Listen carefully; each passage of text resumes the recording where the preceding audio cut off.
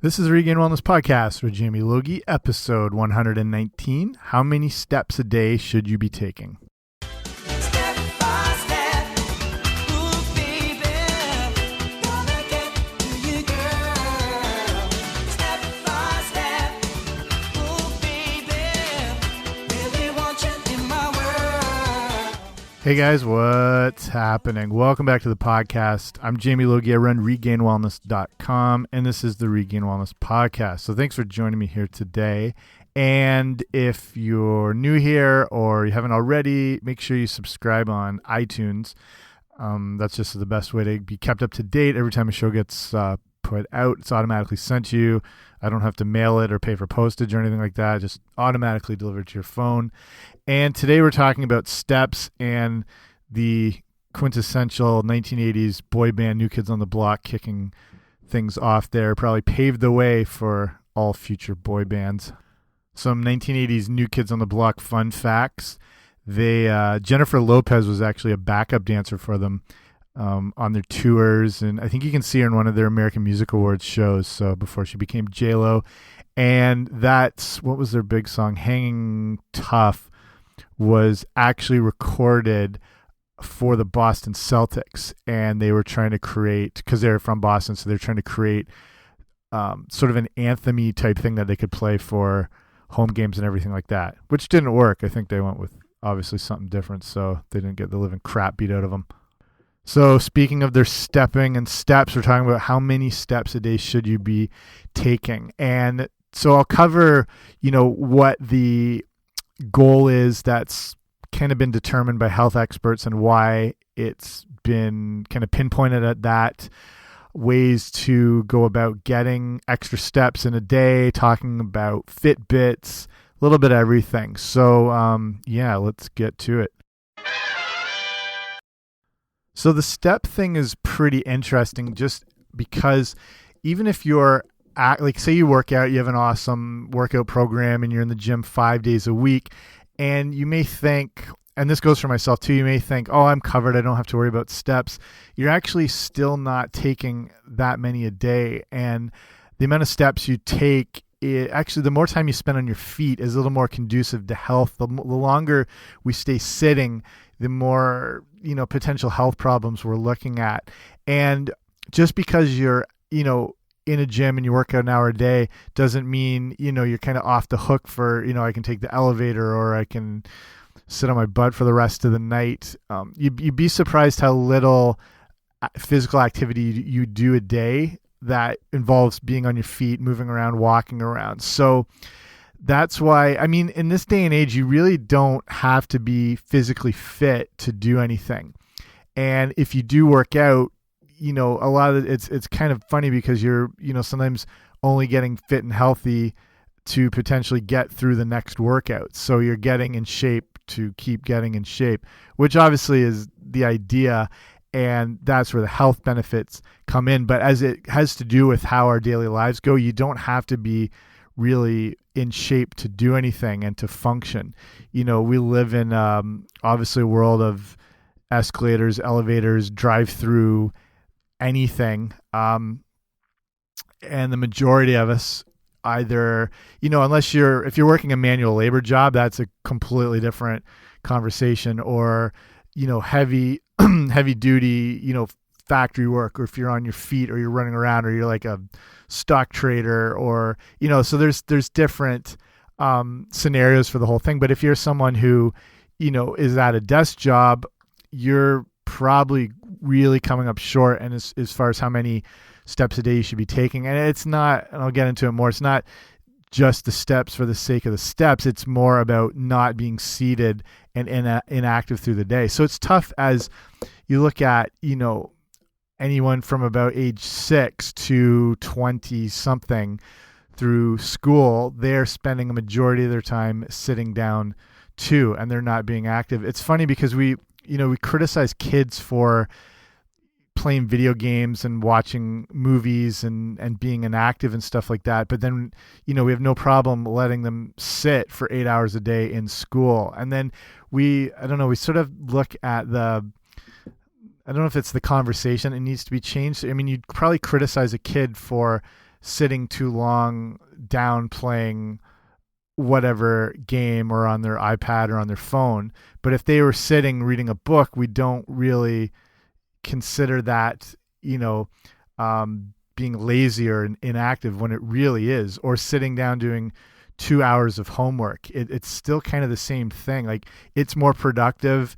It's obviously enriching them, but from a health standpoint, there's really not a big, there is some brain activity, obviously, or lack of, depending on where you are in school, that, is stimulated through whatever, but it's kind of having to look at the conversation a little bit different. It's just these kind of societal lives we've created revolve around a lot of sitting and inactivity. So is where you'd, criticize someone for, get up, move around, you've been watching TV too long, but they've done 3 hours of homework. It's the same issue. It's the same inactivity. So from a health standpoint, we have to kind of, change the conversation a little bit and look at more of, ways you can be more active through the day, depending on how the structure of your day goes. You might have to commute either on a train or driving for 45 minutes. So sitting down, getting to work, boom, right back into sitting down for the whole day. You might get up to move for lunch, still sitting down,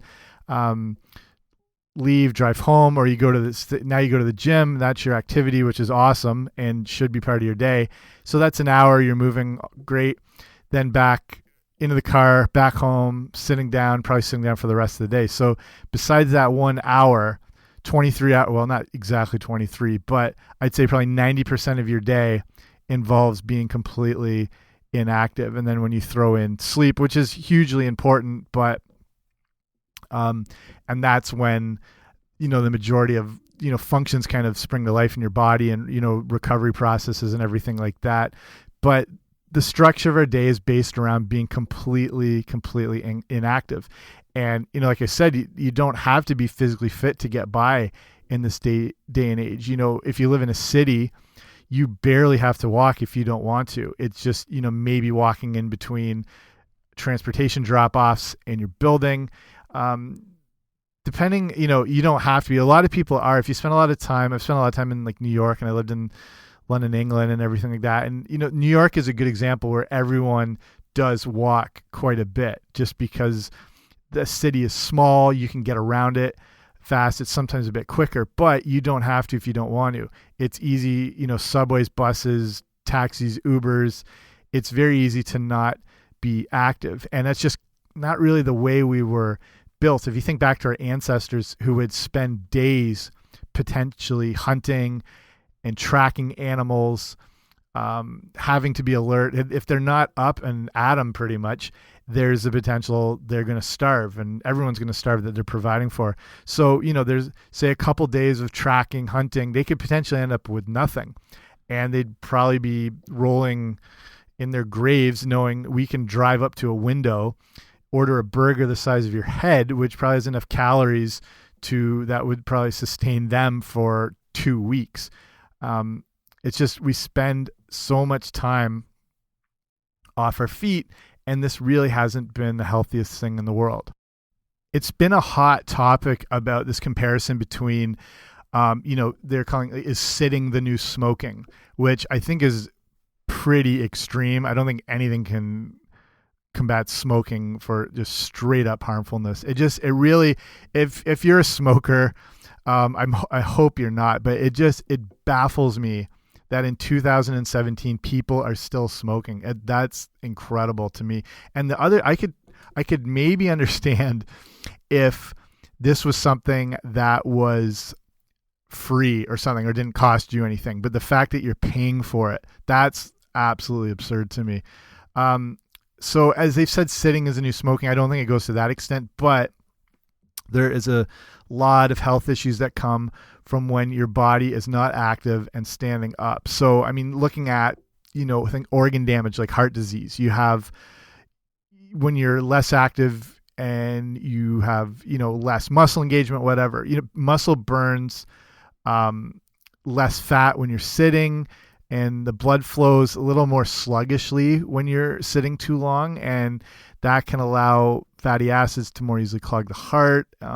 Prolonged sitting's been linked with high blood pressure, elevated cholesterol, and people that are the most sedentary, who spend the most time inactive, are more than twice as likely to have cardiovascular disease than those who are not, or sorry, those who are moving and more up and at them as it goes throughout the day. Then you've got issues with insulin and your pancreas. So your pancreas produces the hormone insulin, and that carries, glucose to the cells for energy. But cells in muscles that are idle, so when you've been sitting, they don't respond as readily to insulin. So this is what they call insulin resistance, and your pancreas has produced more and more.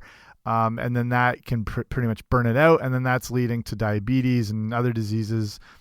And there's a 2011 study that found a decline in insulin response after just one day of excessive prolonged sitting. So that's around 8 hours, sort of by definition. So if, say you had a big Saturday and then you spend the Sunday just full Netflix, just sitting on the couch for the entire day, which would probably be 8 hours plus, you start to cause those insulin problems.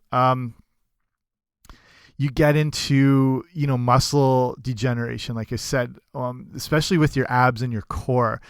Unless you have perfect posture when you're sitting and you're conscious of engaging your abs, more than likely you're not recruiting them how they need to be recruited. So when you stand, move, or even, keep that seated position, your core, your abs, they have to be more engaged. When you slump in a chair, they basically get unused.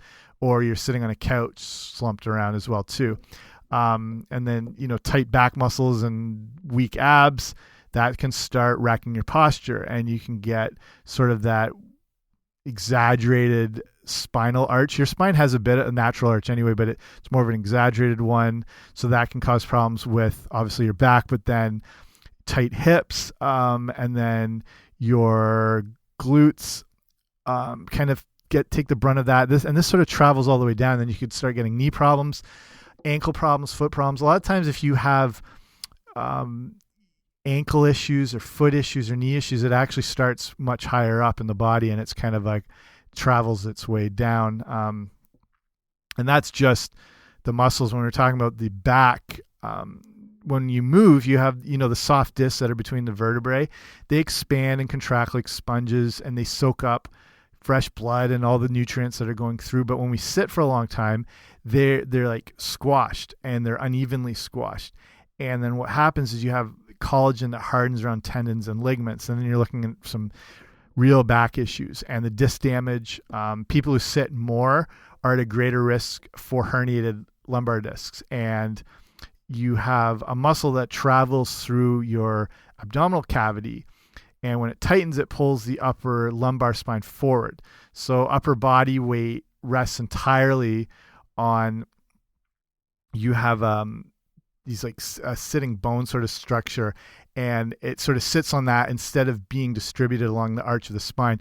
So if you've ever had a pinched nerve or a herniated disc, it's one of the most painful things. I think you'd rather break a bone completely than suffer nerve or disc damage. And that's what happens from sitting. I mean, it keeps going. You have really bad circulation for sitting for long periods of time. You've probably seen this mentioned for people who travel a lot on airplanes. There's the risk of the blood clots.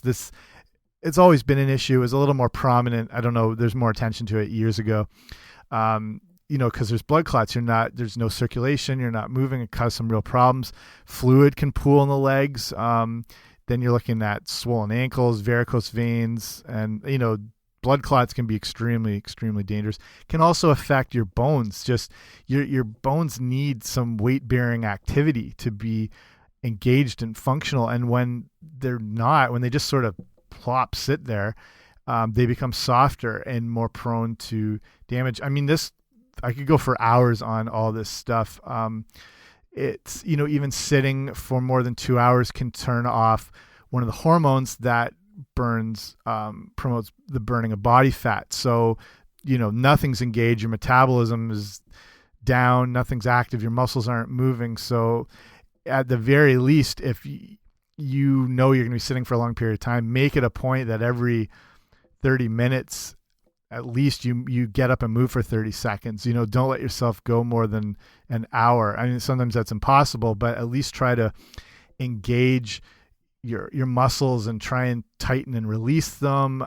Keep your abs tight, keep your core tight. Just something you can do to sort of weather the storm a little bit. So we know we need to be up more than we're not. So what's the amount of steps you're recommended to take a day? So the recommended amount is 10,000 steps a day. You've probably seen this anywhere from health articles to the Fitbits themselves. But why is 10,000 steps a day? Why was that number? It's very specific. Why was that focused on? Well, the thinking is it's more not in a evolutionary aspect and what we should be matching. It's more based around calorie burning. And the thinking behind it was it takes roughly 10,000 steps to burn 500 calories. So, and that's considering an average pace. I think it's like 2 to 3 miles an hour.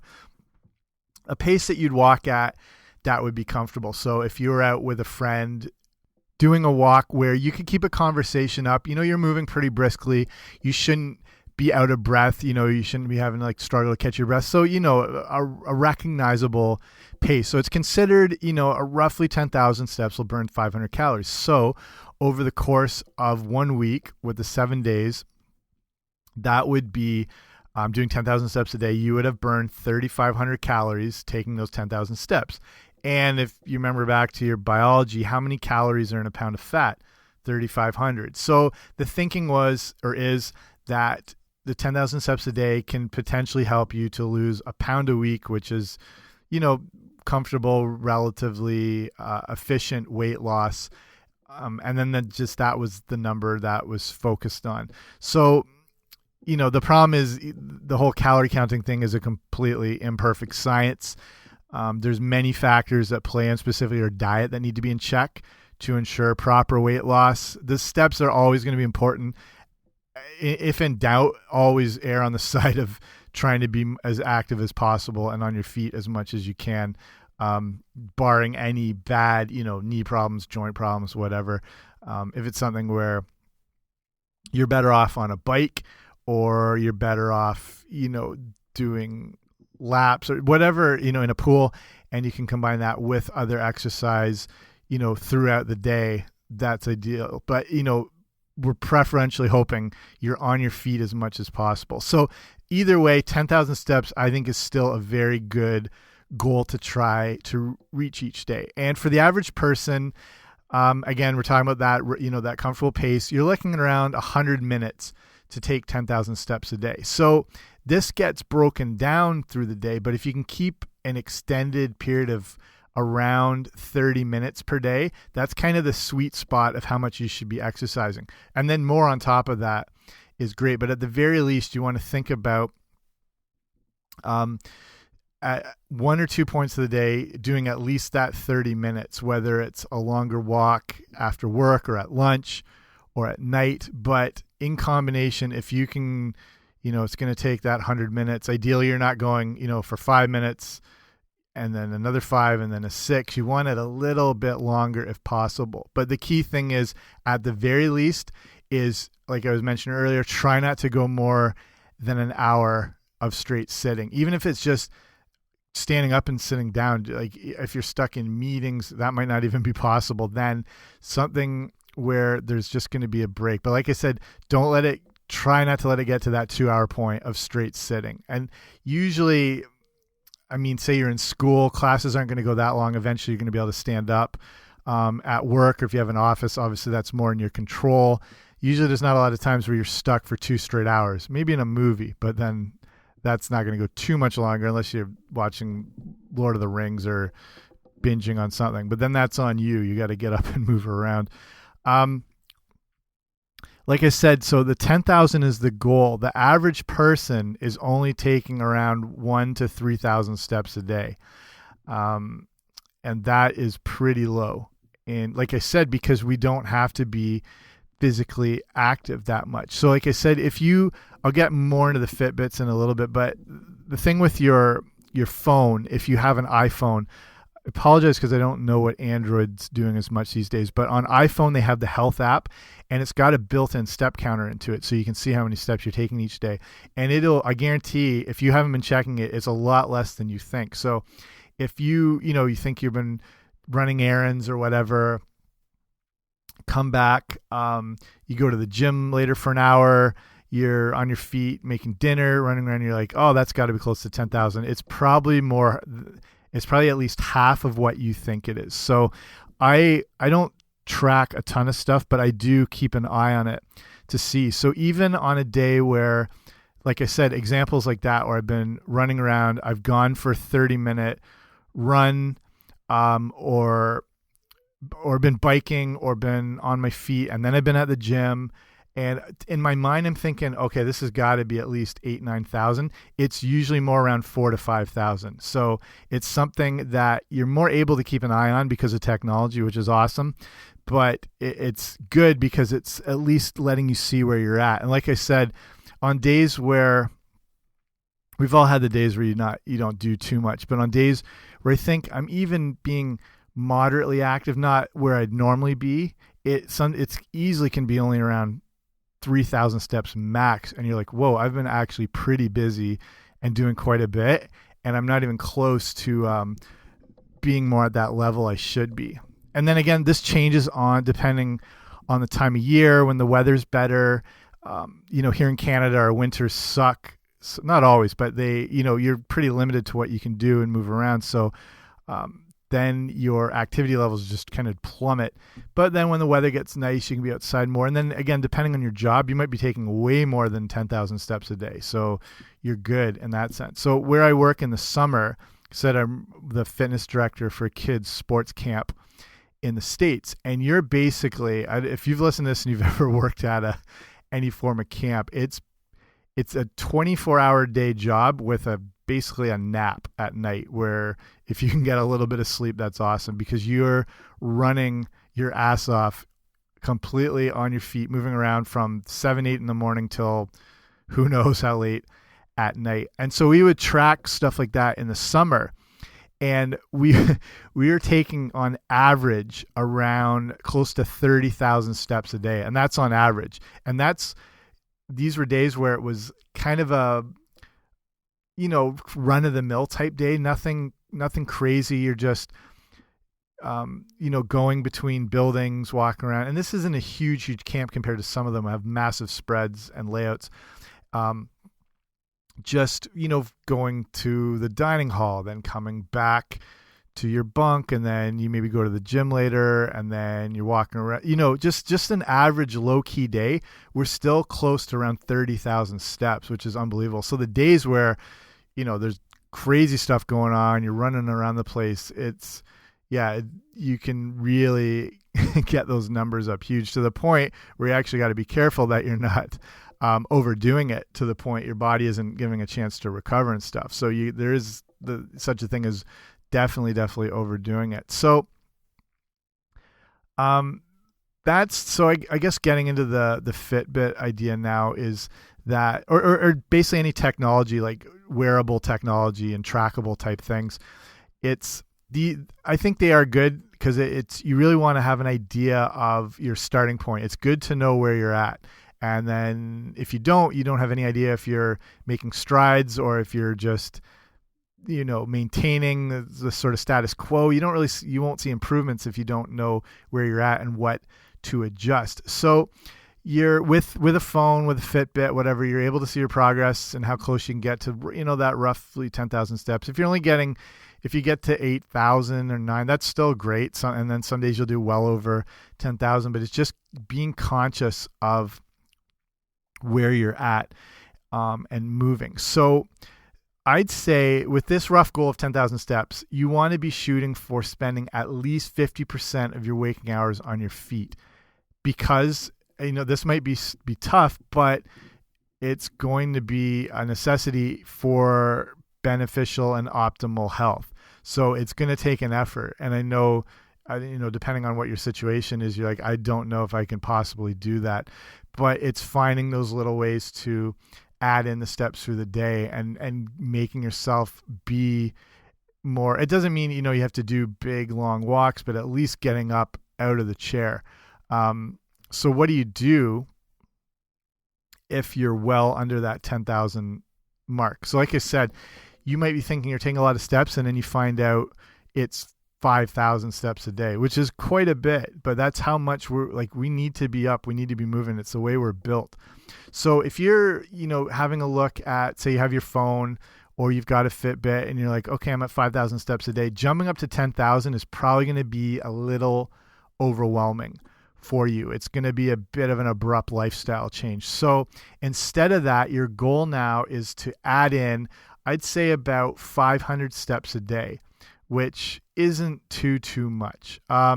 If you've been taking the 5,000 steps a day, make it a point to get to 5,500 each day and do that for the week. So we're looking at like that slow, gradual build. You don't want to do instant jumps. It leads to kind of a feeling of overwhelmingness, frustration, just because it is hard to make a huge turnover like that. So it can leave you really frustrated. So don't make it a point not to do too much at once, but let it slowly build with any form of fitness. So your goal then, you're trying for 5,500 for the end of the week. The next week, you would aim for 6,000 steps each day, and you do that for the whole week. So then you keep this additional 500 steps a day up for each week till you get up to that 10,000 steps a day. And that's where the wearable technology and the phones really play a huge part of this. And Fitbits, the issue with Fitbits is they're finding that, or wearable, not that's just the one brand, so any wearable tracking technology, the average person only wears them for around 4 months. So is it something that you can consistently make part of your lifestyle, or is it something you can use to get yourself up to speed and then you're familiar and comfortable with how much you should be doing a day, because you'll have more of an idea what that will look like and you can continue on without it. So if you haven't got one or you're thinking of getting one, just keep those things in mind, that people don't necessarily wear them over the long term. And then, like, say your phone's awesome and you always have your phone on hand, but there are times where you maybe forgot it. Like one day I can't remember what it was. I had a longer whatever, and I was like, okay, I'll walk there instead. And I didn't have my phone, so I totally had no idea how many steps or whatever that would contribute. So I'm like, am I short? Am I, just whatever. So if you do get any, Fitbit or wearable technology, is it something you can commit to? It's just, you have to see if it's going to play a part in your lifestyle. And wearable technology it is evolving more already. I mean, there's shoes, like Nike does ones and it connects with your phone. They're talking about, shirts, jackets, that'll be able to track stuff. Either they'll be linked to your phone or they will have some sort of connection with, I don't know, like a website, and you can track where you're at. Shorts, like this will be one of the bigger things in fitness if people embrace it. So that's the whole idea with Fitbits. They definitely lend a hand in helping you know where you're at, but it's, is it something you're going to be able to sustain for quite a while? Like I said, 4 months is the average, and then people just like, okay, whatever, I'll just wear it another day, and then eventually they forget. So that's your goal, shooting for the extra 500 steps a day till you get up more to that 10,000 steps. So how can you add in more steps? You probably have some good ideas already, but some of the easy ones are, making sure if you have a dog, taking it for longer walks or a couple times a day. You can do that early in the morning, and then later in the day. Make sure if you can go for a half hour each time, that's awesome. That'll cover you for a lot. So, even just starting with a walk after dinner, if that's something you haven't done before, that's a good way to add in steps. The average person, their stride length is around 2.5 feet long. So if you go for just a 1 mile walk, that's going to use around 2,000 steps. So I think that's very doable. And again, depending on your pace, you might be able to move pretty quick to cover that mile. So that's an easy way to start adding it in with that after dinner type walk. A few other ways. I mean, the standards don't use the elevators. You take the stairs. Try to avoid the escalator. Some places it's impossible. They don't have the stair option, but if you can take the stairs, that's a huge, and with the iPhone, it tracks your stair climbing as well too, and it factors that into everything. A big one, this is what I do. If you're going shopping or somewhere where you do have to drive, park as far away as you can from wherever you're shopping.